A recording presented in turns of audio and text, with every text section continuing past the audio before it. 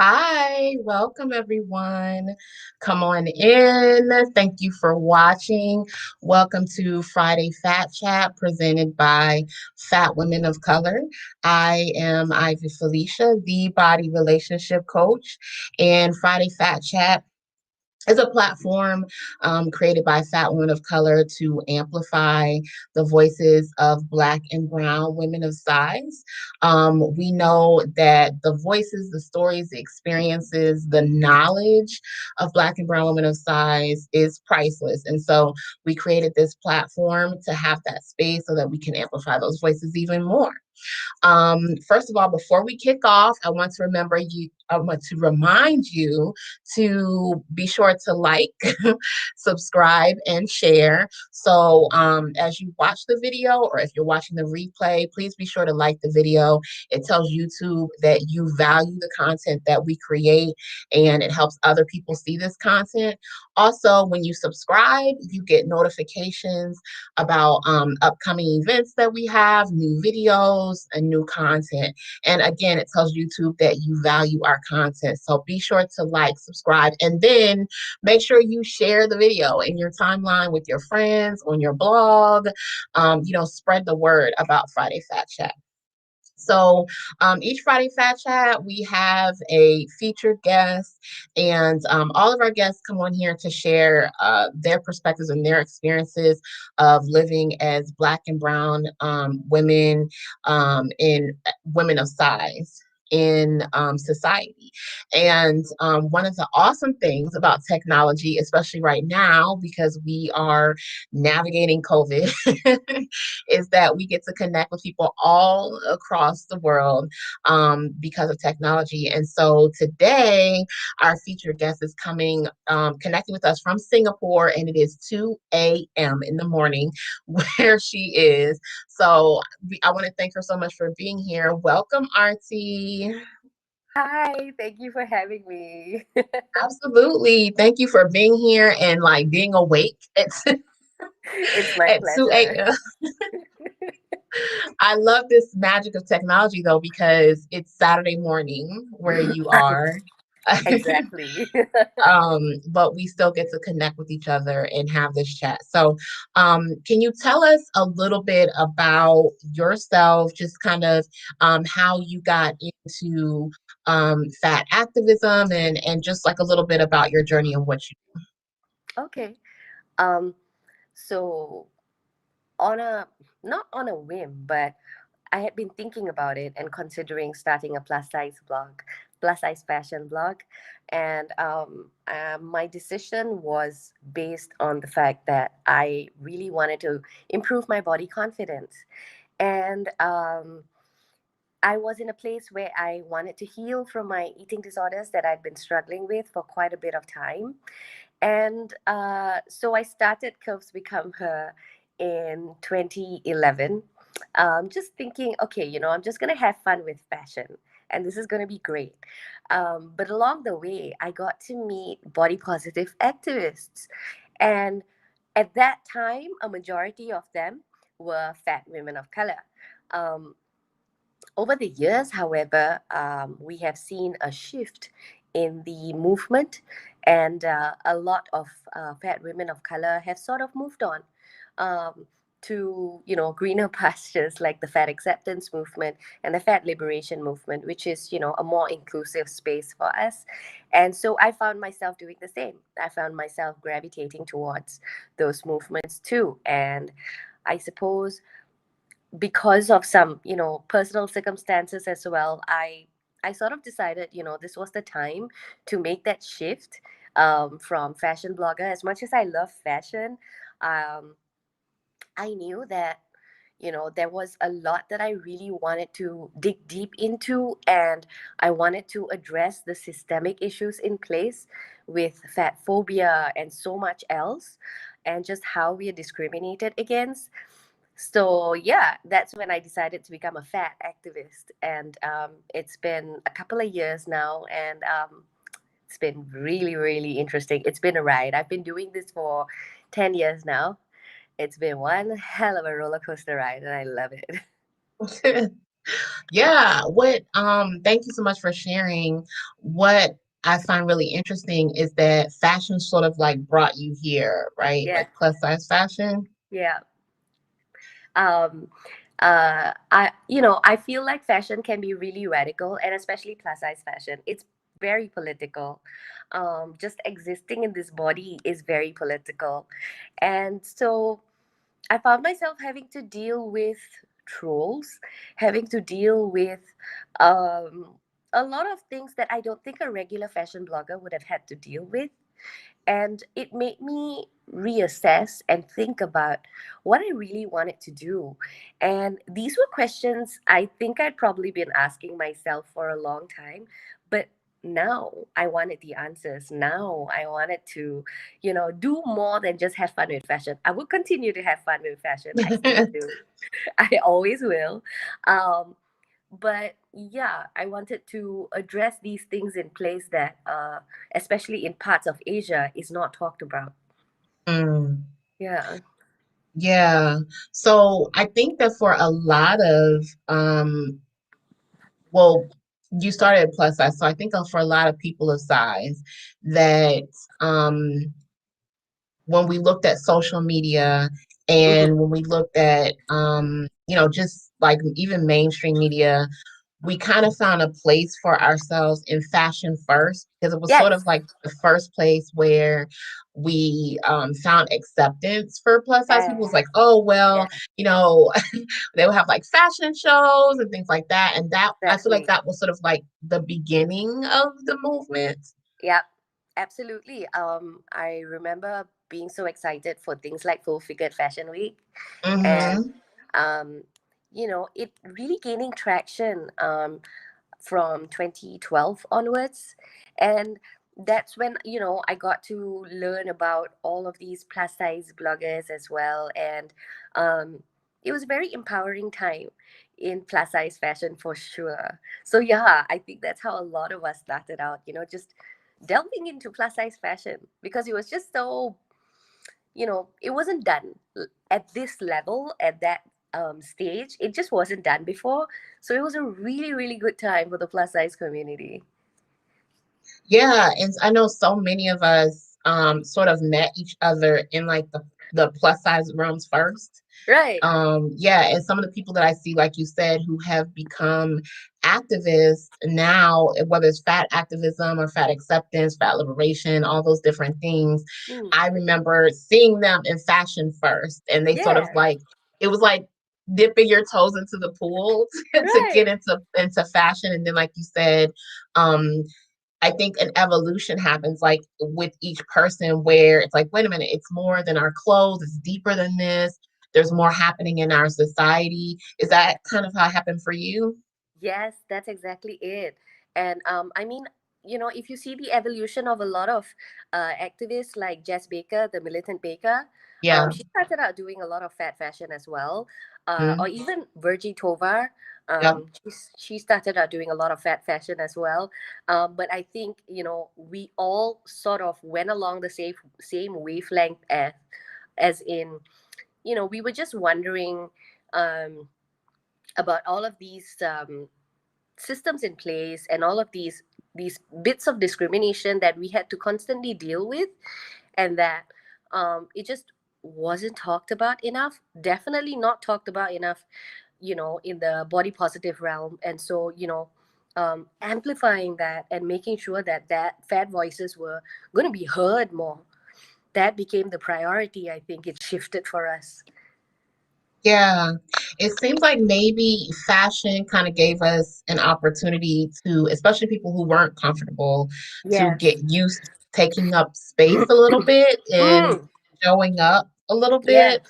Yeah. Especially because you know, with fashion, you get to like dress up and have on your outfits and all Yeah. those things. Yeah. And maybe for those of us who weren't quite comfortable with our fat, like showing up as a fat person yet, who's Yeah. still kind of working through it, right? Exactly. It Yeah. helped to be able to start with like the clothes and the outfits and things like Right. that. Yeah. And then over time, it becomes like inner, evolution. And we realize, wait a minute, it's so much more than our appearance, our clothes, our hair, our makeup, all of those things. Like there's so many other things happening here about how I feel about myself, about how the world sees me, about, like you said, marginalization and the things that we've been denied as fat people. Yeah. Yeah. So for those of you who are watching with us live, welcome. Thank you for watching. You can type in the comments. We can see everything you're saying live.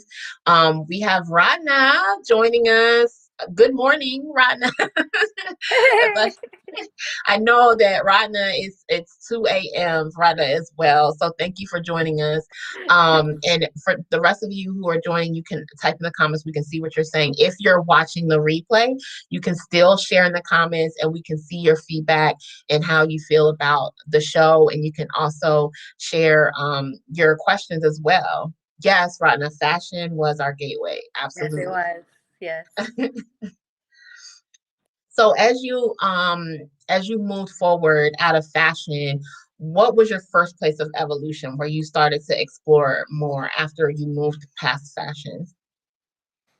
Um, I think I had this pivotal moment where, after I was featured in a local magazine, my image was removed by Instagram. Mm, And it's not uncommon for fat folk. It is not. You know, it still happens to this day. yeah. And I remember getting really upset about it, really angry. And I remember asking everyone to repost my image so that it would be all over Instagram for everybody to see. Three amazing, confident, fat South Asian women just out there living the best life, behind the scenes of a shoot. And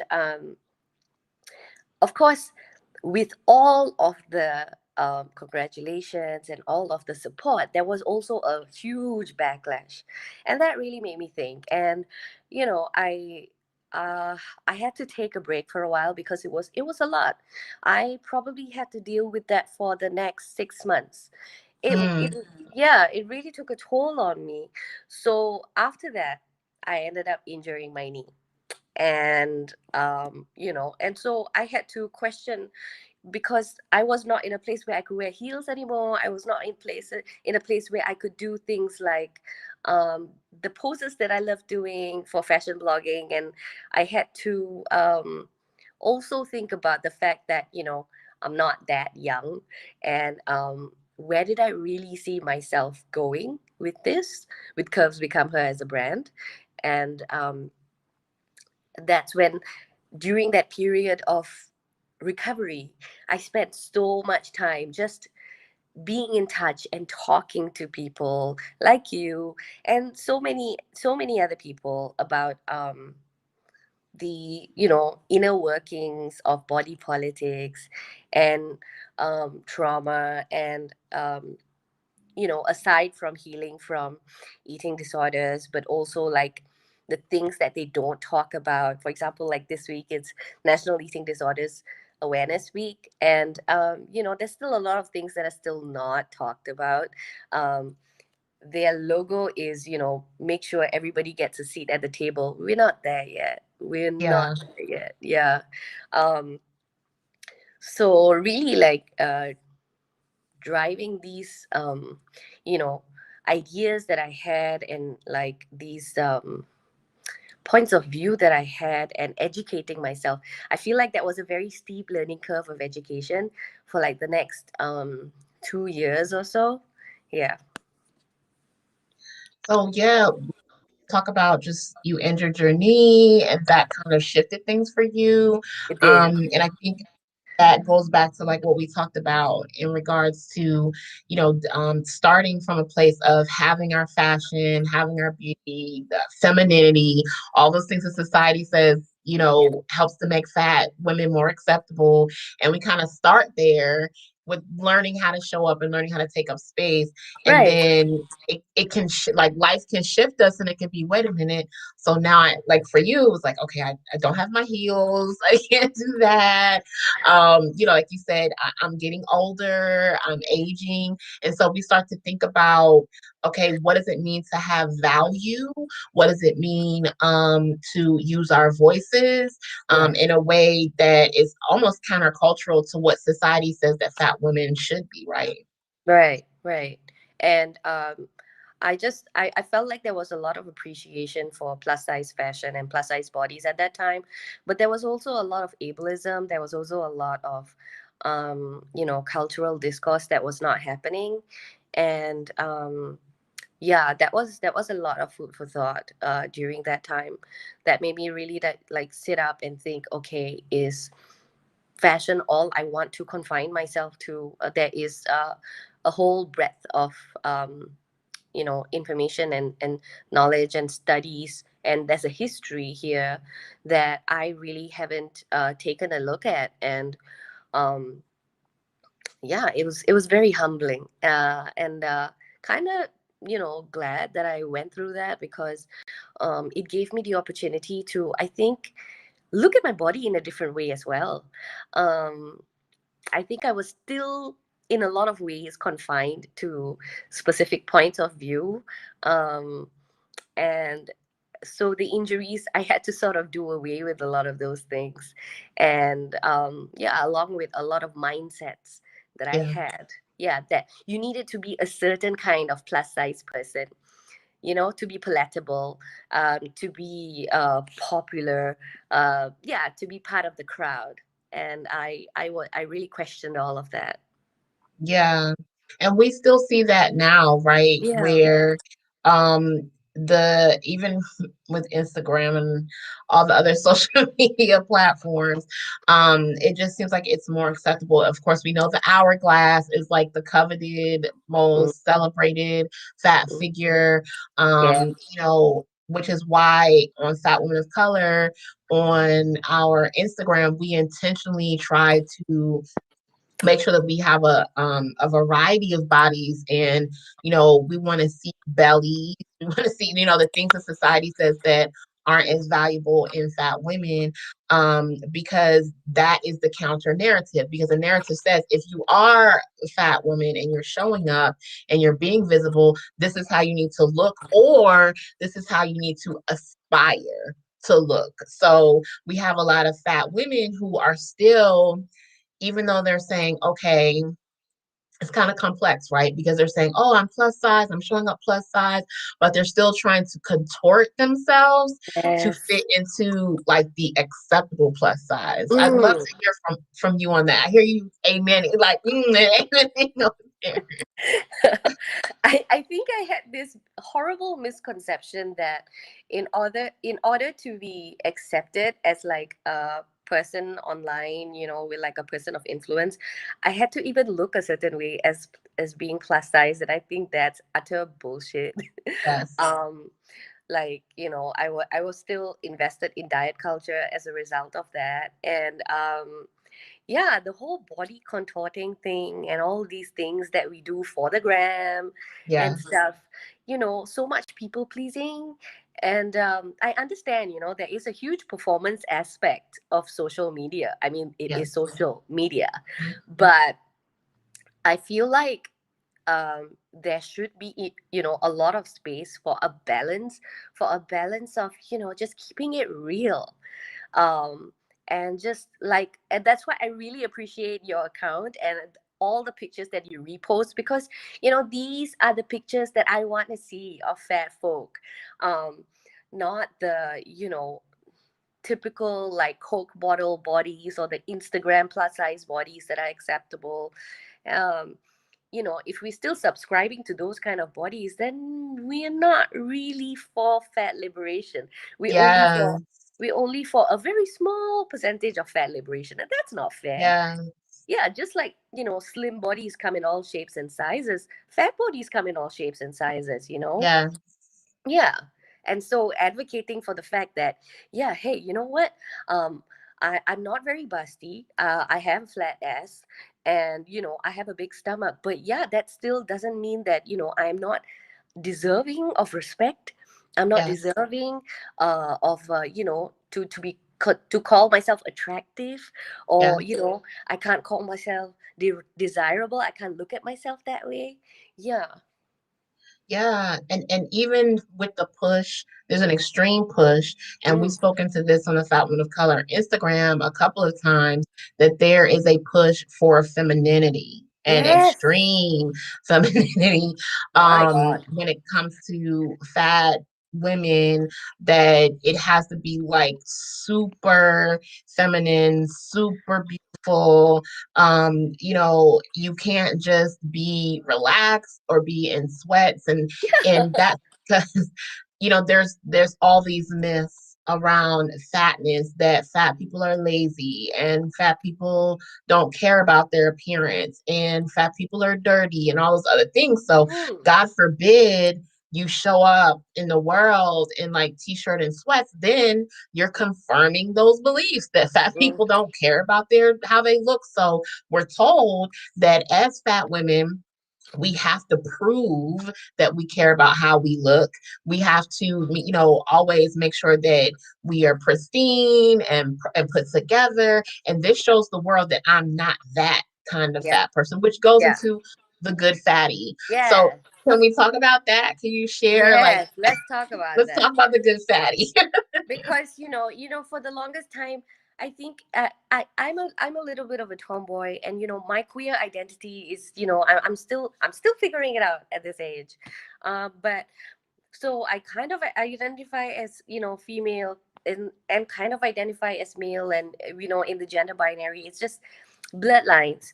And uh it got really tiring having to constantly be manicured and well presented, and always looking, great and polished. And I just think, if we are truly, flipping the finger to beauty standards, then we also need to flip the finger to perfectionism. We need to flip the finger to, these extra standards that we have, or that we put on ourselves as plus size women. Why are we doing that to ourselves? Don't we already have enough shit to live with?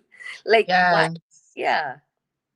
Oh my goodness. You just had like an awesome quote when you said if we're going to flip the finger to beauty standards, then we need to flip the finger to perfectionism. And Yeah. I think that's absolutely true. And that's like something that we can just sit with that and think about that. And of course, for people watching, like, I've talked about this on my Instagram as well. If you are a person who enjoys self expression, more power to you. This is not saying there's anything wrong with Exactly. self Yeah. expression. Self expression in itself can be a form of liberation, saying, hey, this is how I want to show up in the world. This is how I want to take up space. I like, yeah, I enjoy, doing, like, I personally love makeup. I enjoy makeup. It's an artistic Yeah. Yeah. expression. But if you feel like you are obligated Mm. to do those things in order to feel valuable, Yeah. or in order to feel worthy of love, or in Yeah. order to be respected, or in order to be popular, then that's when it becomes problematic. Mm. Um, I want to pull in a few of our comments because our Sure. viewers are sharing their perspectives as Oh, well. awesome. So, Tigress, hi, Hi, Tigress. welcome. Tigress is also fat activism and does amazing work with NASA as well. So Tigress says, yes, I love visibility role models who show resistance to the idea that we have to always be high femme and also never Yeah. casual. What do Mm-hmm. you say to that, Artie? I actually do this thing where I kind of test people, and sometimes if people have never met me before, I just show up really basic, like maybe worse than basic, um to kind of see what they were expecting from Mm, from me, and to just, I guess, dispel the myth that I need to be looking a certain way. I need to be adhering to, a certain state of femininity in order to feel like I'm a good fat person, you know. yeah, Yeah. So for yeah. sure. I love you, Tiger. We also have additional comments from Ratna. Ratna's been giving us all kind of feedback during this Ah, show. So, Rodney says Yeah. totally super feminine or just be super cool. Yes. Can we talk about Yes. that? That like Super you cool. have to be like a bad bitch. Absolutely. Like Yeah. when you show up as a fat woman, you have to slay to the gods. Like you have I to do know. everything to the maximum. Like, Right? your hair, your makeup, your clothes, like everything has to be above and beyond Yeah. just to sort of stand out and to be seen, especially on Instagram, Oh especially yeah. to be seen as popular or to sort of keep your following. I see so much energy going into the performative nature of that. And even in the fat community, Yeah. again, there are lots of people who do this for self-expression. I'm not talking about that, but I'm Yeah. talking about if we feel driven to constantly be doing that to Mm. keep our following or to keep our numbers or then we have to think about like who's really controlling us, Right. yeah. Right. I think a very good barometer for me is I'm asking myself, are you happy doing this? Are you tired? Mm. Are you tired? I mean, obviously, some days you'll be more tired than others, but do you really, really feel like sick and tired of this? And after all the countless and countless photo shoots I had done, it's been really nice, honestly, to take a break, and just be fat arty without like all the glitz and glamour. I love all of that stuff, and like you said, self-expression, so many different kinds, and it's amazing. And I love seeing them express themselves so creatively, but you don't have to aspire to be like a 350% when a straight size person is only giving like 20%. I Right. just we're, Good we're giving point. we're giving so much, Yeah. and we are also aspiring to pretty privilege, which is sad. Mm, you know why do we need pretty privilege along with this? yes. That is so good. Like I knew you were gonna drop jewels. I knew that was gonna happen. But this is so good. I'm having a little bit of feedback. So let me put in my Okay, earbud. sure, sure. But while we have that, I'm sorry. Okay, let's see. We have other comments from our watchers. Okay, our Saya. viewers. Oh, So Tigress says yes to all of this. My sciatica experience has triggered some of this same self-examination about ageism and ableism and how they impact popularity in fat big positive time, circles. big time. I have sciatica as well.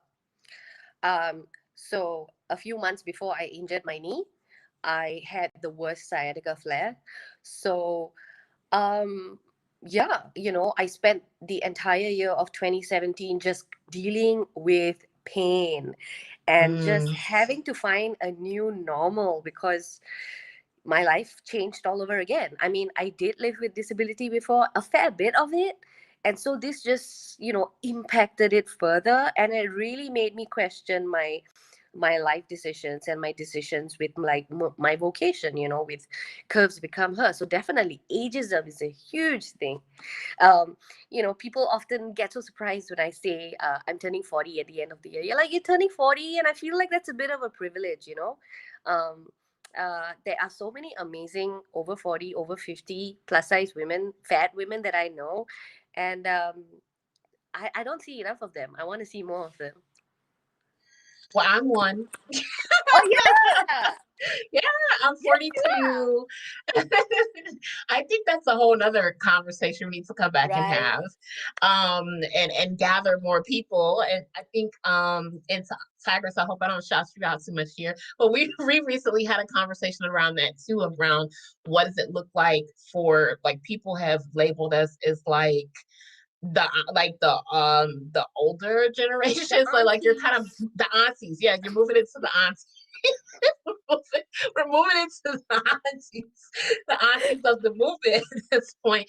And it's just interesting, right? How just that shift around age and what does that look like when it comes to um value, Yeah. desirability, all of Value. those Yes. things. Yeah, I Yes. don't even know if I've seen anyone have a discussion around being at the intersection of being a person of color, a woman of color, in a fat body, and starting to get older and get Mm, into, like Rodna says, an auntie zone. Like, we need to come back and have a conversation around that and what that means and what that looks like, and kind of like how society starts to look at you, because we know that especially for Black women, that there's already a mamification of Black yes. women, right? So you get into like the whole the you're the mother, mammified. So as you get older, you're getting closer and closer to that stereotype now, Yeah. right? And it's less about your like sexual value and all of that, and femininity and beauty, and more about you being mammified. So, Ratna says, let's bring all the aunties in the chat. In chat, yeah, let's do it. We can have let's have an auntie chat. I am down Please, for it. yes, I'm down for it. I'm absolutely down for it. Um, so I do want to. I know we dipped into it a little bit when Tigress was sharing her story, and you kind of started talking about yours. But I'd love to talk about living at the intersection of disability and chronic illness as a fat woman of color, and what that looks like. How much has that shaped your experience and your work?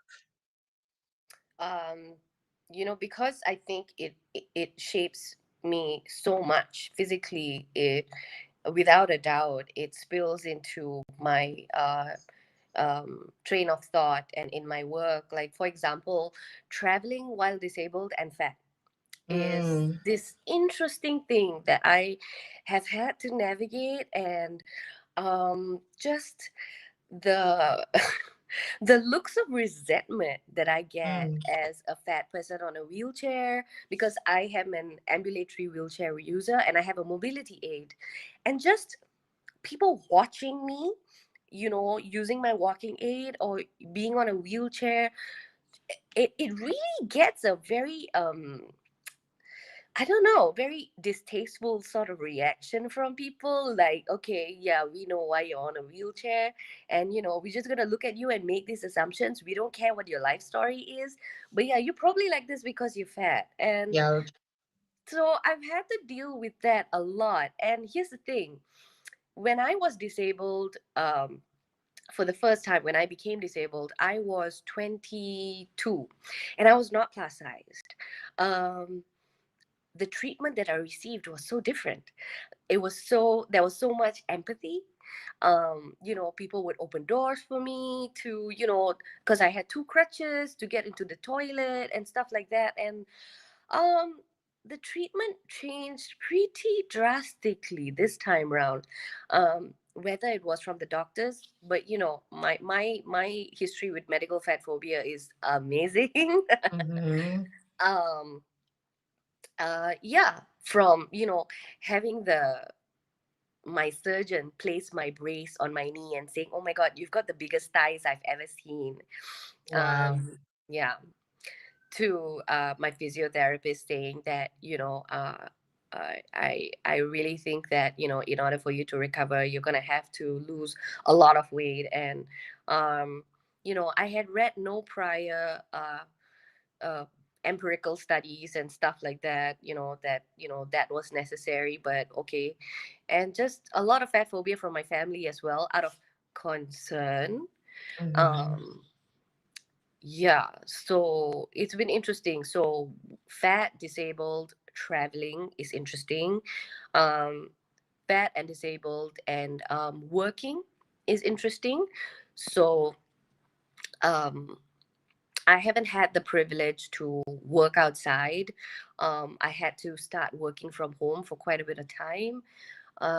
So that's been a really interesting journey, with people kind of putting labels on me, like, oh, she works from home because she's sedentary, because she's lazy, because she doesn't want to go out there and get a job, because my disability doesn't have an outward appearance. Mhm. Um, this is what happens because I'm not on a wheelchair all the time, or there's no huge bruise on me or whatnot. So yeah, a lot of assumptions. Yeah, I think when I know a few years ago I participated in like invisible illness Mm, week. I forget what week that is. But yes, when you have any sort of invisible illness and people can't see it, not that it's yes. any of their damn business in the first place, but when they can't see it, they make all of these assumptions. And like you said, if you're already a person of size, there's the assumption that you did it to yourself. Um, and if you would just whatever those Yeah. assumptions are that come after that, whether Yeah. that's eat better, exercise more, lose weight, all of those things that people make the incorrect assumptions Yeah. that those things are affiliated with your size or are directly correlated to your size, should I say. Mm, And that's not true. But when people can't really see what's going on inside your body, they assume by what they can see. And they yeah. make their own assumptions. And that's when we get into like the real ignorance and like so the asinine experiences. Um, and I know that you also talk about mental health as well. And do you see an intersection of navigating the world, with a disability, being a person of size, and that impact on mental health? Yeah, for sure. Because I live with multiple chronic conditions Mm-hmm. and also depression, chronic depression, and Mm-hmm. social anxiety. And, Mm-hmm. I would have to say, my social anxiety is probably 80% because of the way that I'm treated. And I've always wondered what a world without that amount of social anxiety would look like, because it hampered me from doing a lot of things, from being out there Mm-hmm. and really, shining and doing the things that I really wanted to do. Um, and as far as going to my therapist, my psychiatrist is concerned, it's just unfortunate that because I'm fat, because I'm disabled, again, the number one thing is, um, perhaps the thing that you should do is lose weight and it might make your mood better. And I'm just thinking, as a psychiatrist, um, I'm sure you're right that exercise brings out endorphins and all that stuff, but I've been told this all my life, and after a while, it just doesn't sound appealing, exciting anymore. And especially as someone who is in recovery with eating disorders, and so that's a huge aspect of my mental health as Mm-hmm. well, that I never really thought about. I only considered the physical aspects of recovery, but I never really thought about the emotional healing that I required, and just the mind shifts, the paradigm shifts. So yeah. Yeah, and hearing you talk about your um, feedback. And hearing you talk about your psychiatrist and their response to essentially your body size, this is something that I brought up to someone a few years ago, and Huh. I said because I was maybe now maybe 2 years at the most, and I was thinking about creating like a forum or experience for the Fat Women of Color membership community, Mm, and I wanted to have something where we could have mental health professionals, women of color to come in and sort of like speak about different things. yeah. And one of the things that I had to consider that I feel like other people don't have to consider is are these mental health professionals fat phobic, even though they're women of color, right? Because I think we can make the assumption that, oh, just because you live in one marginalized community or have one marginalized identity, it Yeah. means you get all the rest of them. And it doesn't, right? You Yeah. can easily be a woman of color or a person of color and be a mental health professional and still be fat phobic and still feel that certain mental or emotional stress or behaviors or whatever are directly correlated to a person's body size and not come from a place of compassion Mm, or patience or right, empowerment, but becoming more from a place of oppression and judgment. And right. so I really had to sit down and think about that. And when I was asking these questions, it was the first time, and it was it was disconcerting. It was very like upsetting and disappointing because to have mental health professionals who were like, what? When I'm asking this question, like, because yes, mental health professionals can be fat phobic, and it's important to me that if I'm bringing you into my fat community, that you are going to be fat positive, because if not, you're going to be problematic to the people who are in the community. And trying to explain that yes, there I have had personal experiences with therapists who were fat phobic, or who said fat phobic comments to me. So those are things that I feel like people don't think about unless you live and have that fat experience or live in a fat body. Yes. You may have never experienced that or know what it's like. I always say skin folk are not kin folk. They're not always kin folk. Hmm. Yeah. Yeah. Uh, in fact, I did have an Indian therapist at one point, but there was just so much judgment there, um, with talking about my depression and, kind of relating it to my eating disorders and her own internalized fat phobia, that I just had to stop going. And I honestly have yet to meet, um, a psychotherapist here, um, aside from myself. But I can't do therapy on myself. Right, right, right. Um, so yeah, aside from myself, who actually delves into these things and talks about Mm, these things, yeah, and considers them. yeah.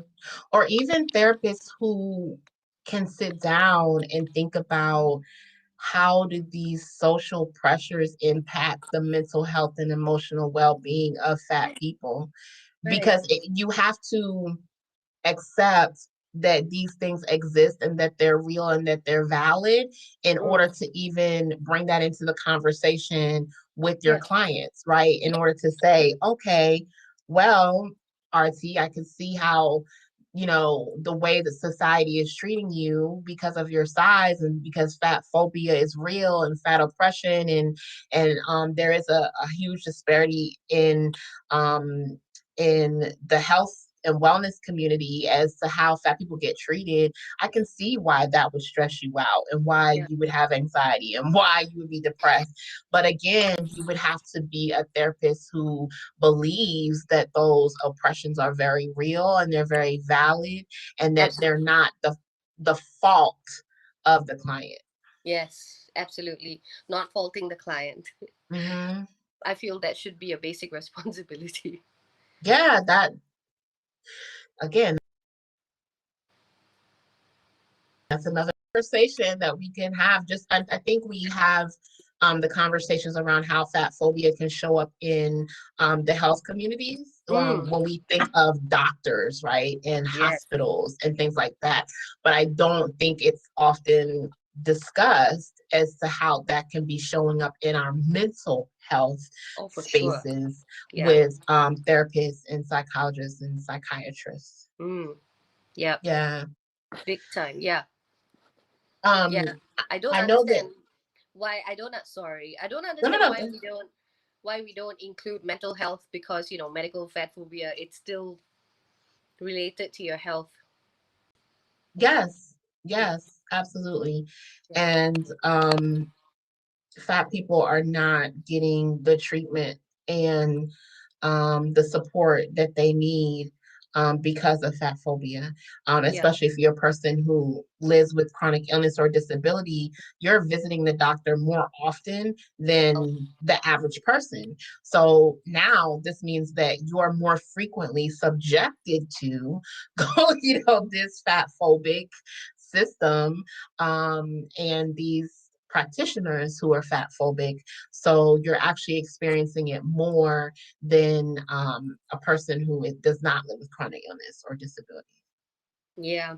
Um, Personally, I like you said, I definitely see the doctors and specialists and professionals a lot more.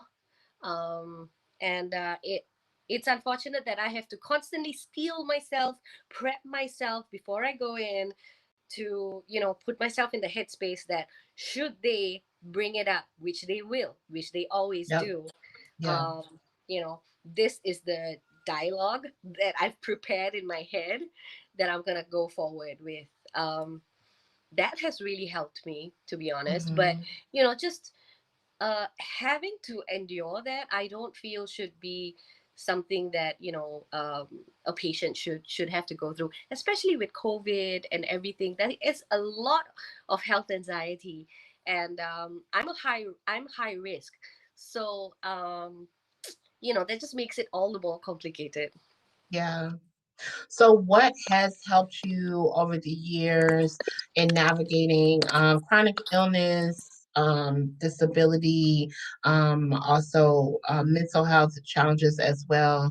What has helped you to thrive in life, or at least be able to survive in life? um I think the first thing would be asserting myself a lot more, um, Hmm. making sure that, uh, despite whatever judgment is being thrown at me by whichever person or professional, I make sure that I assert that this is an opinion I do not agree with, and but then on the other hand, I also make sure I pick my battles, because there are some days where I'm just not in the mood and I'm Yeah. just tired.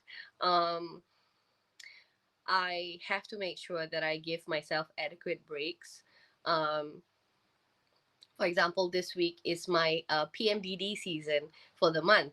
And PMDD is a really harrowing version of PMS. And Mm, so just reminding myself to be gentle and not to be hard on myself, and not letting the old critics in my head take over, um and really going through, I think sometimes going through like the evolution of like my journey with Curves Become Her as well helps in a way to kind of see where I've come from and how I have healed. And sometimes I forget, so like writing things down, about things that really soothe me, things that help me, things that nourish me and nurture me, that mhm, really helps. But more than anything, just the support of a few loved ones has been really important, and a small little community that we have. It's a mhm, very small community, but mhm. it's just so good to be able to have that community, because a lot of folks around the world don't.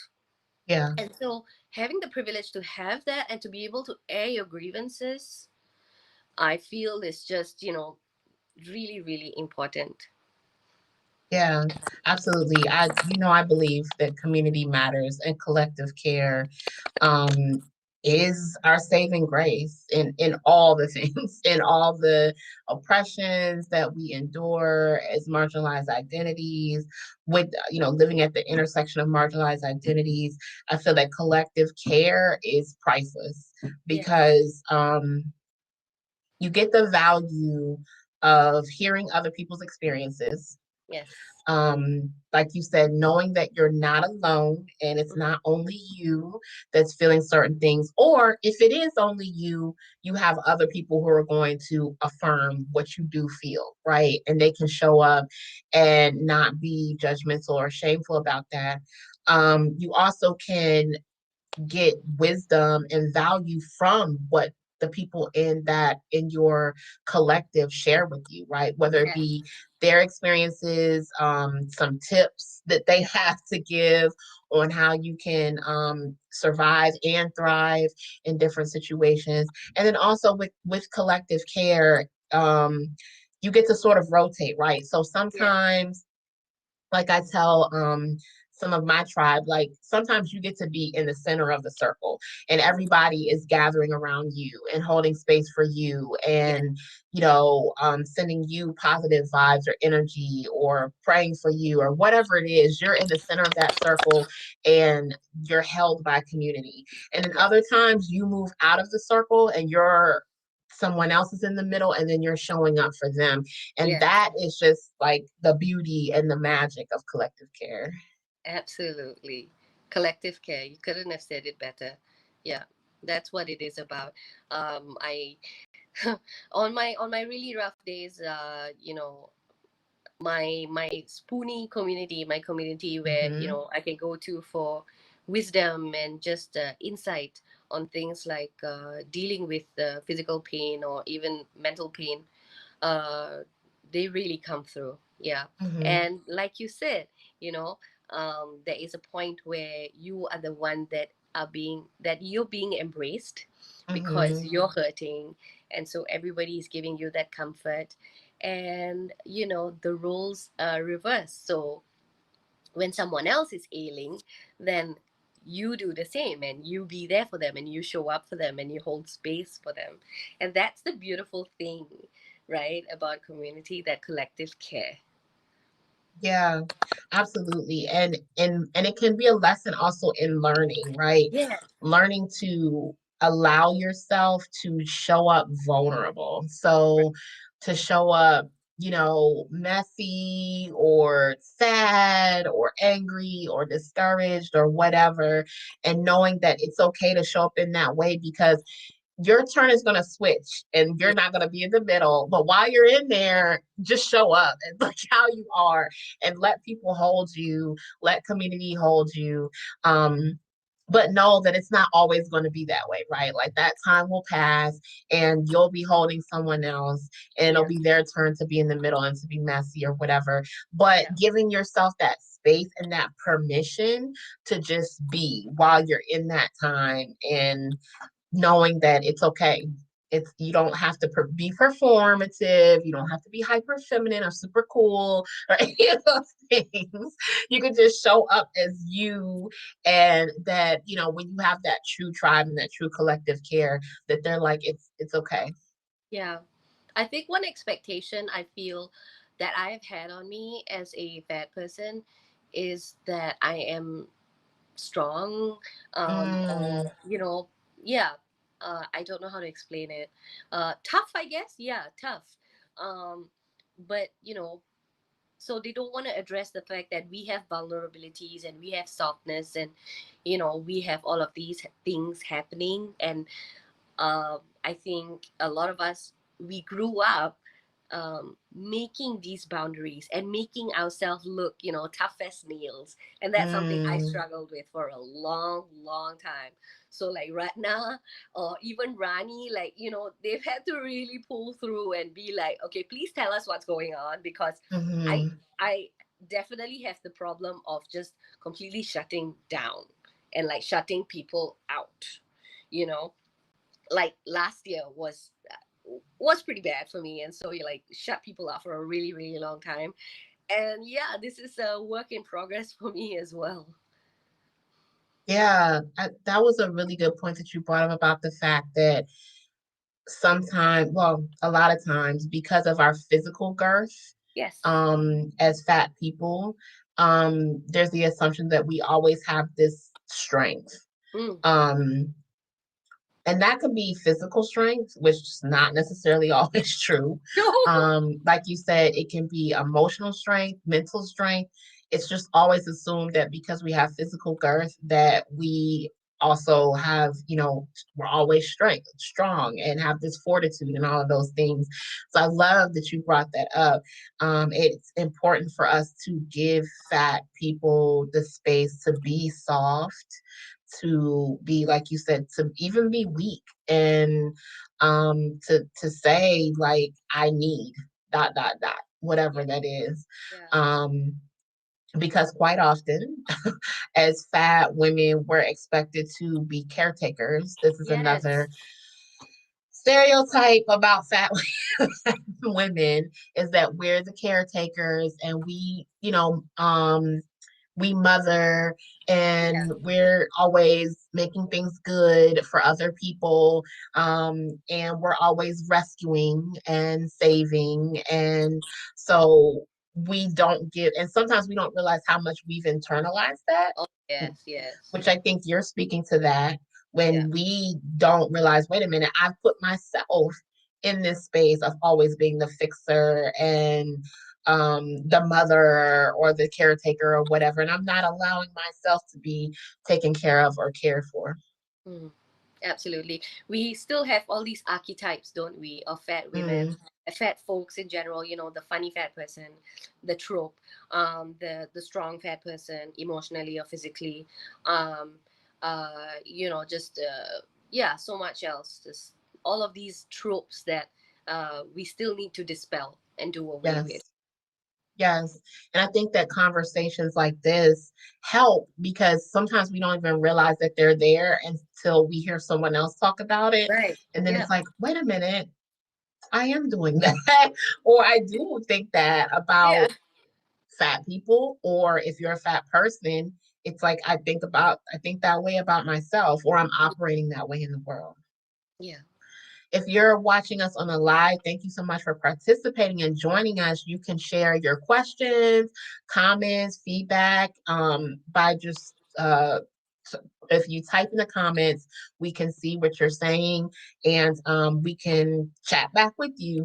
Yeah. Also, if you have questions, you can drop your questions. If you have questions for Aarti, or if you have questions for me, you can put those in the comments and those will come up for us and we can address those as well. So we have a comment that says collective care is our saving grace. Yes. So it sounds like that is resonating with our audience. Yes. I know, RT, that another something else that you advocate for is the LGBTQIA community, and I'd love to hear from why that is an important part of your work and how you got into speaking from the evolution of plus size and chronic illness and mental health into speaking about that as well. um, I had an interesting experience with these people that I used to consider friends, and I later found out that they were doubting the fact that I was bisexual because I had come out to them much later after I'd gotten married, in fact. Mm-hmm. And so there was this disbelief almost of the fact that I was bisexual, and Mm-hmm. my reasons for not talking about my bisexuality was very personal. It was because I have not come out to my parents. Um, Mm-hmm. there is just so much culturally that I was never comfortable with sharing. And so the only person I ever shared all of these things with was, my then boyfriend, now husband. And so that incident where I experienced, biphobia really took me aback and made me think about all of these prejudices that not just the bi community was facing, but Mm-hmm. all of the communities were facing, especially in Singapore, where we have an archaic law that is still in place from back when the British colonized us. Mm. And so it really stirs up emotions. Um, Seeing the ignorance of the locals, and not wanting to really uh, repeal this section, and a lot of them are actually okay with it, but then a huge portion of our queer community is they're unhappy, they stay unhappy as a result. For example, if a couple cannot get married, a same-sex couple, there are so many things in place, like not being able to visit each other at the hospital, especially with COVID now. Mhm, And transphobia. There was this major case recently of this student who identifies as female now, who is on hormone replacement therapy, and she was constantly being harassed by her school and her principal. And so, this stuff really makes my blood boil. And just, I think, living in the climate that I am, as a South Asian as well, and seeing the homophobia and the transphobia and the biphobia for a really long time, that made me so embarrassed or so afraid to open up, has kind of done the opposite for me, has kind of been like this Pandora's box. Well, no, let's Pandora's box is not a good term, but sort of like this way for me to just open up and be myself now. And being openly queer now just feels like, you know, I am embracing a part of myself that I did not get to embrace. And just like, embracing my fatness and embracing my disability, there's been a lot of adapting and learning to do. Yeah, it sounds like you are embracing just yourself, Yeah. and along your journey, correct me if I'm wrong, but what I'm hearing you say is like along this journey you've embraced different parts of yourself, and it's Yeah. really about just embracing all of you. Mm-hmm. Yeah. And so that was, I think, the last thing in the puzzle of Aarti that Yeah.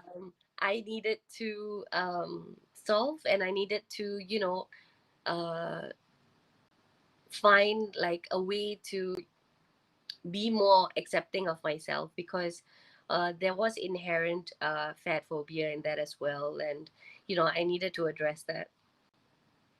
Yeah.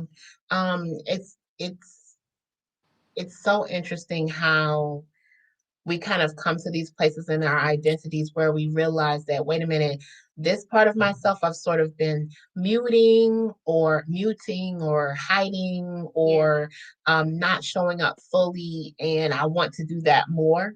And Yeah. then that kind of works its way into our evolution. And then Right. um, doing activism work, it becomes just part of our work and part of the things that we speak about, and the part of the things that we address.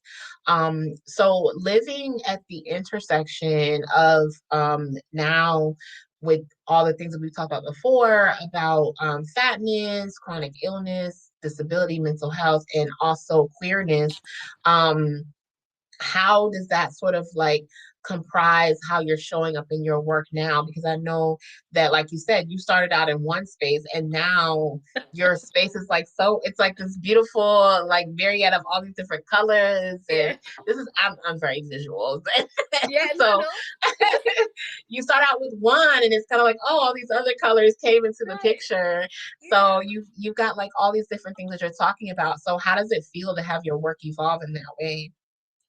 I really love it because I don't like being confined to Mm, being a niche. I there are so many facets of us, and there yeah. are so many facets of me, or of the lives of people around me that I feel so passionate about. Mm-hmm. And so if I can lend space and lend my voice and help amplify, I will do it.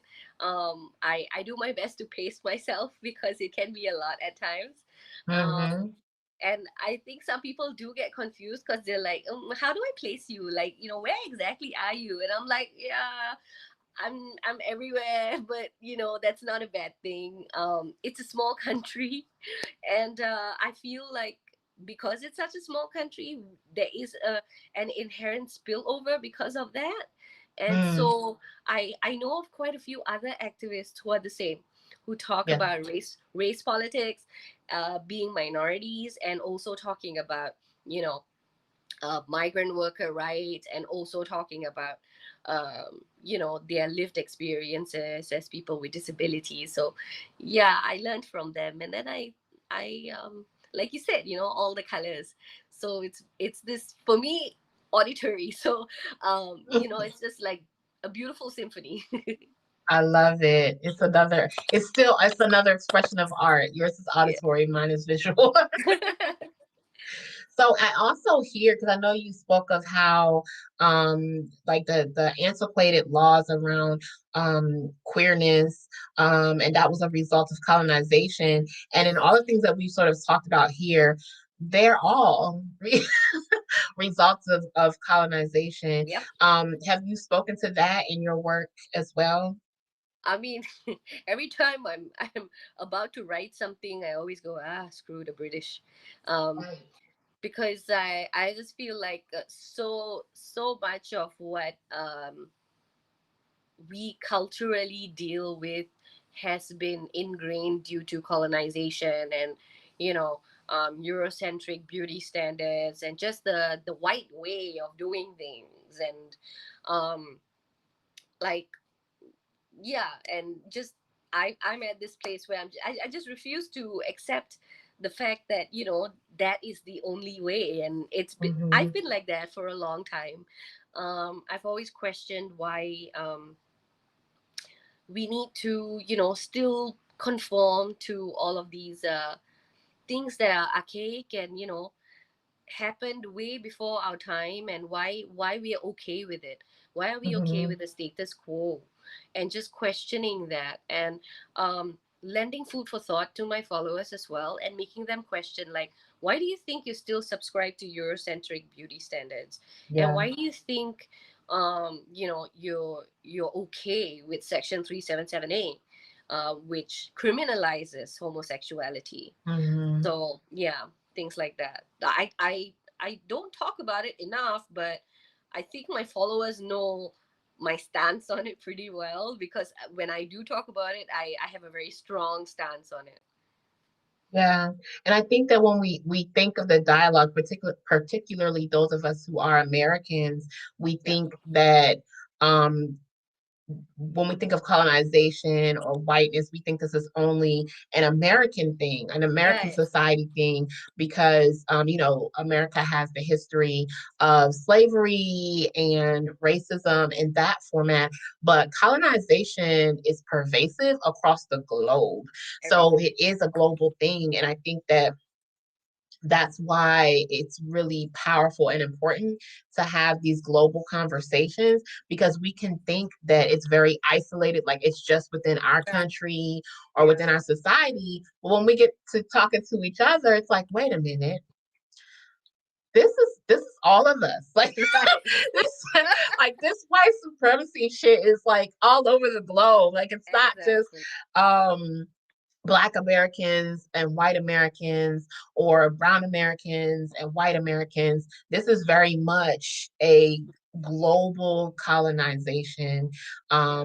that has been going on for centuries now, and that impacts all cultures, Everything. Yeah. and yes, everybody, and how um particularly Black and brown people, how we see ourselves, how we see Yes. each other. Right. And then there's so many systemic um, issues that come up from that, right? It's Mm-hmm. not, it's by design. Like you said, there are laws that Mm-hmm. exist in different countries, different continents all over the globe, that are based in colonized mindset. I know that one of the things that you all navigate and deal with is colorism as well. Um, even within the South Asian, correct? South Asian communities. Yeah, I'm what you call a third culture kid. So my parents are first generation. No, I'm first generation Singaporean. So my parents Hmm. are from India, Okay. and a lot of Indians in Singapore have probably like five generations, six generations Singaporean. So um I guess I have more deep ties to India in that sense, so more recent ties. So it's been interesting to take a look at the impact of colonization and the Indian community on the whole, the South Asian community, and then to look at colorism in Southeast Asia. Mm, It's really interesting. In South Asia, it's we do a lot. We do brown face and black face. It is generally very very frowned upon, but people are still not able to understand it.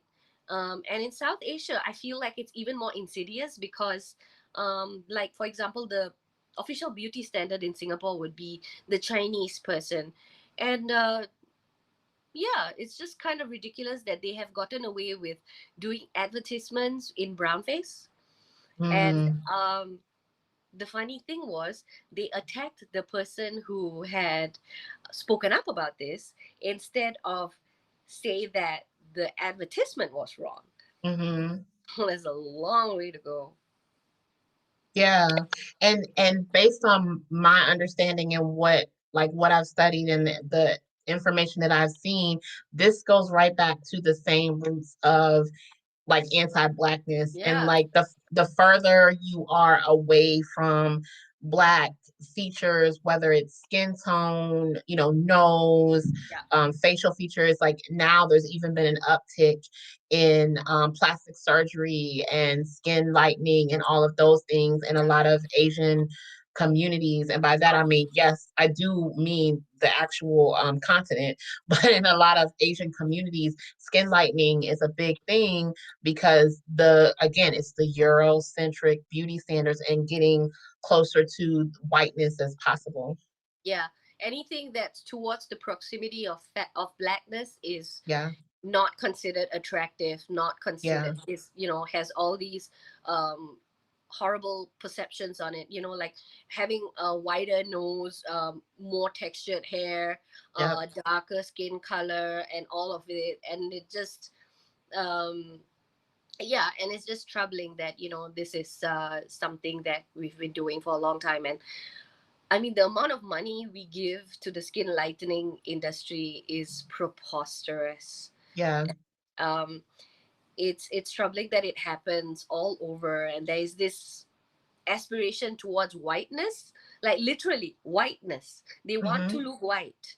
And Yes. I just, I find that very troubling. As someone who Yeah. is kind of racially ambiguous looking, it's Mm-hmm. been so interesting that depending on people's mindset, last year I was called white, this year I was called black, a few years ago I was called Latina. And it's just it's interesting. Mm-hmm.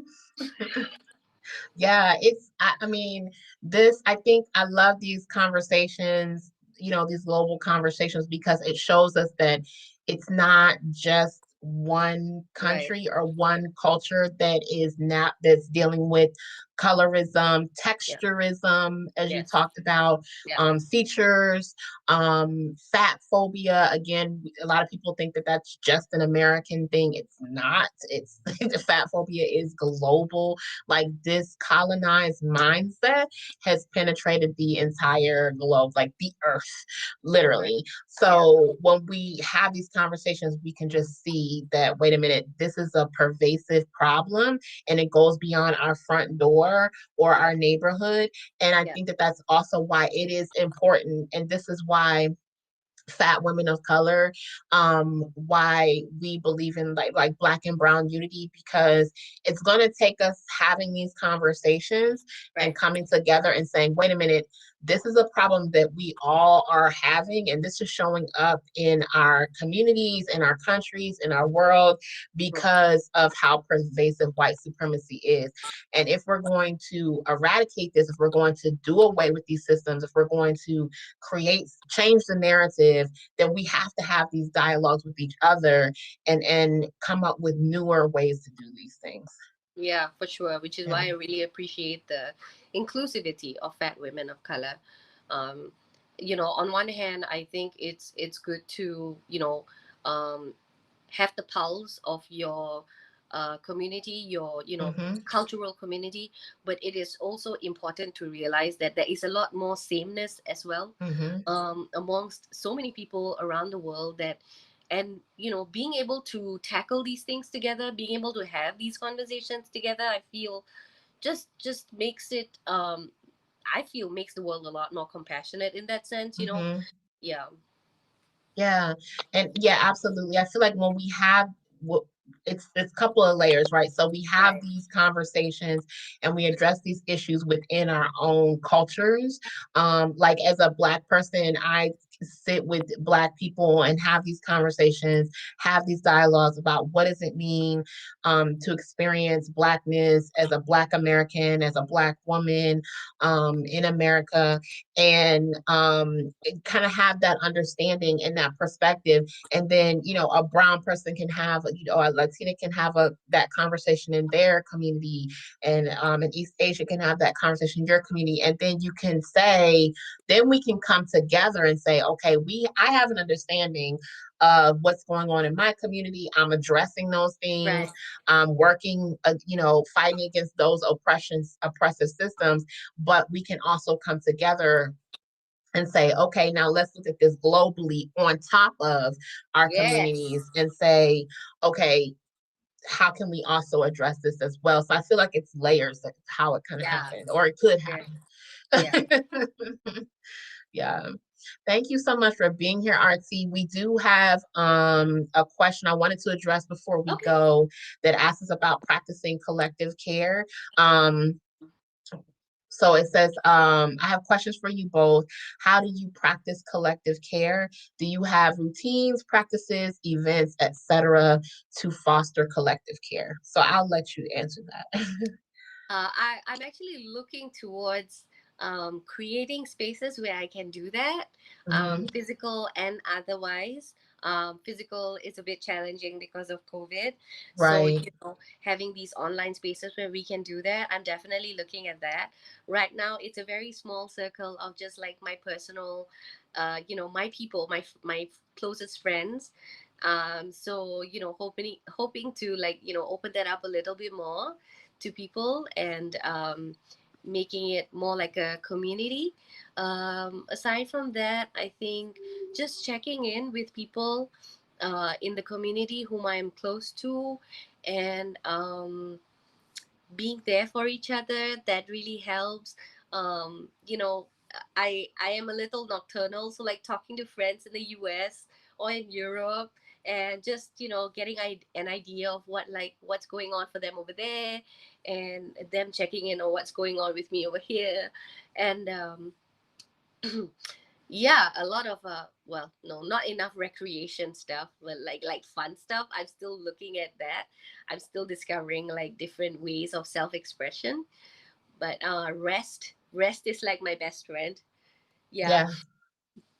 Yeah.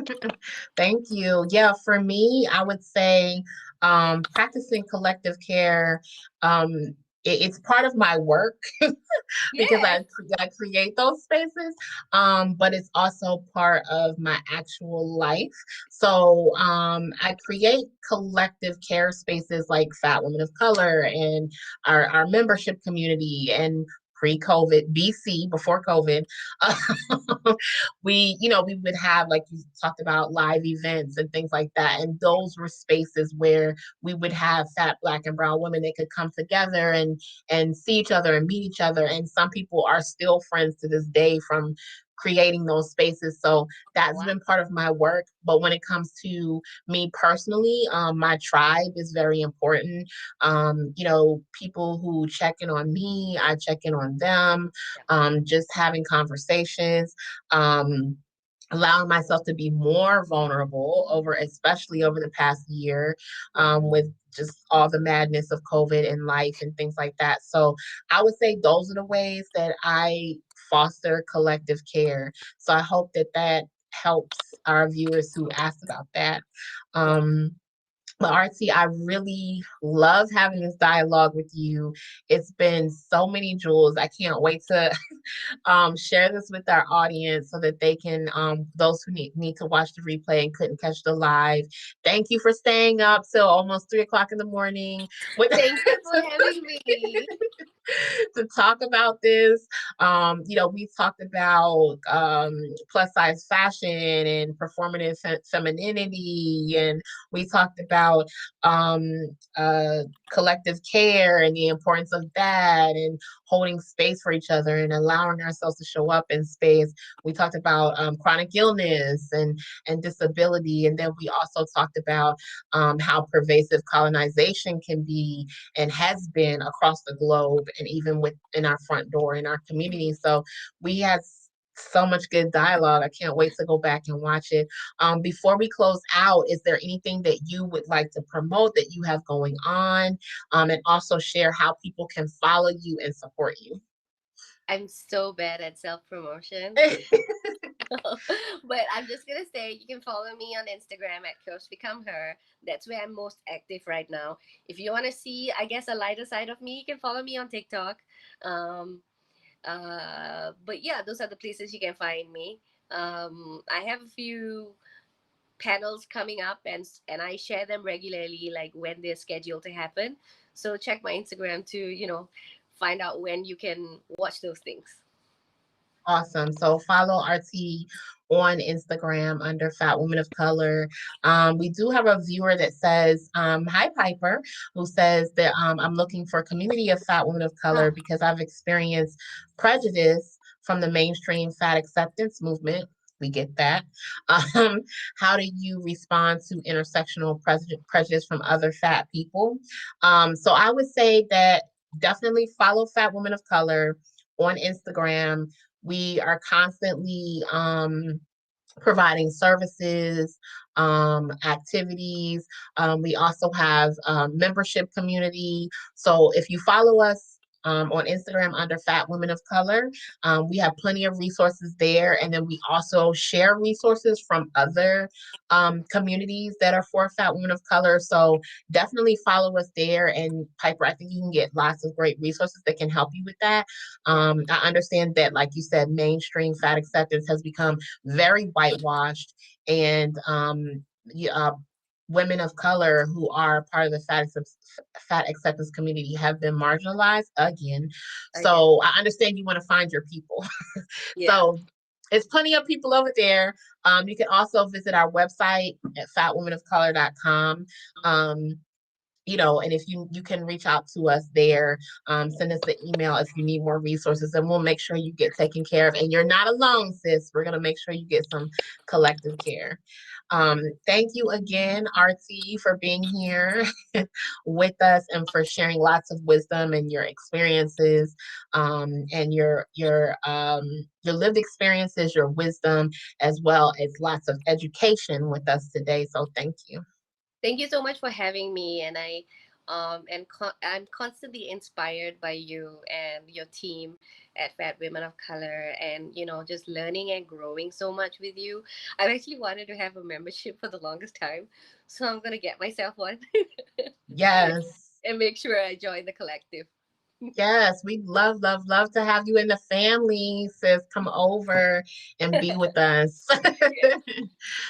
We'll make sure we get you taken care of with that. Yeah. So thank you again for Thank being here. you. Thank you for those of you who are watching. Remember to like, subscribe, and share so that you can let YouTube know that you appreciated this content, and that you want to see more of this. All right, you all. Thanks for watching.